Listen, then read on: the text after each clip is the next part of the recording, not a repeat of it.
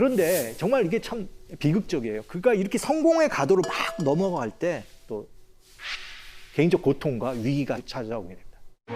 야외에서 몇 시간씩 그림을 그리고 눈을 혹사하다 보니까 1908년부터 그도 이제 느끼게 되는데 소위 백내장 질환을 겪게 됩니다.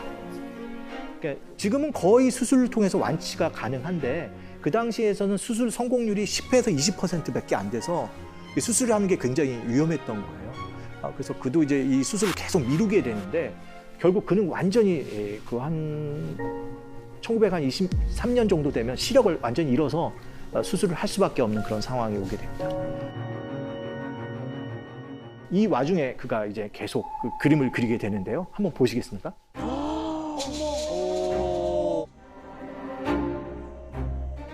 초기에 그린 그림은 우리가 인상파 그림 범위에 있죠. 활달한 붓터치도 있지만 그 대기의 표현 이런 것들이 잘 살아있지만 백내장 질환에 굉장히 심하게 앓을 때는 그 형태가 완전히 좀 일종의 뭉그러졌다고 할 수 있고 강한 붉은 빛만 그림 전체를 감싸고 있는데요. 사실 그가 이 안질환, 백내장을 앓았을 때 더 큰 그 개인적 시련을 겪게 됩니다. 자신을 돌보던 첫 번째 부인이 죽고 나서 그를 돌보던 두 번째 부인이 죽게 됩니다. 알리스죠. 알리스가 이때 또 죽게 돼서 그는 뭐 굉장한 또 개인적 위기에 빠지게 되는데 특히 그가 항상 의지했던 큰아들도 또 1914년 뭐 그때쯤에 이제 사망합니다. 비슷한 시기에 또 1차 세계대전이 벌어지게 됩니다.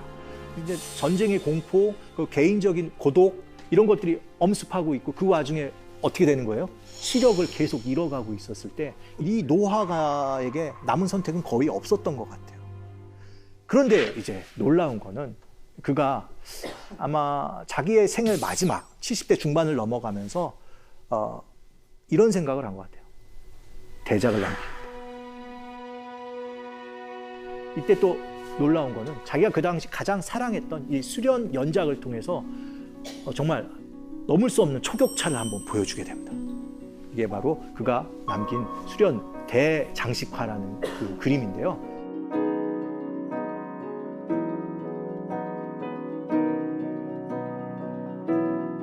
완전히 그 인간적인 어떤 삶의 마지막에 있어서 다시 이제 붓을 들고 일어나게 되는데요.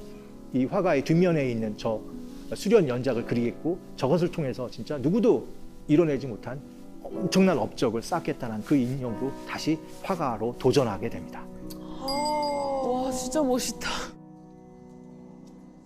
이 그림은 지금 어디서 볼 수 있냐면은 가장 뭐 거대한 규모로는 프랑스 파리 루브르 앞에 조그마한 부속 건물인데요. 건물 이름은 오랑주리라고 되어 있습니다. 오렌지 나무를 보호하던 일종의 온실이기 때문에 여기가 뭐가 좋냐면은 그 빛이 천장에서 들어와요.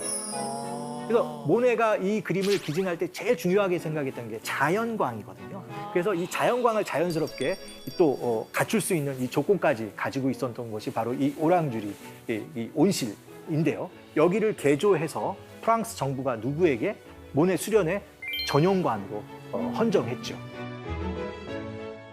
이게 그 규모도 또 우리가 얘기했듯이 초격차입니다. 높이가 2m고요.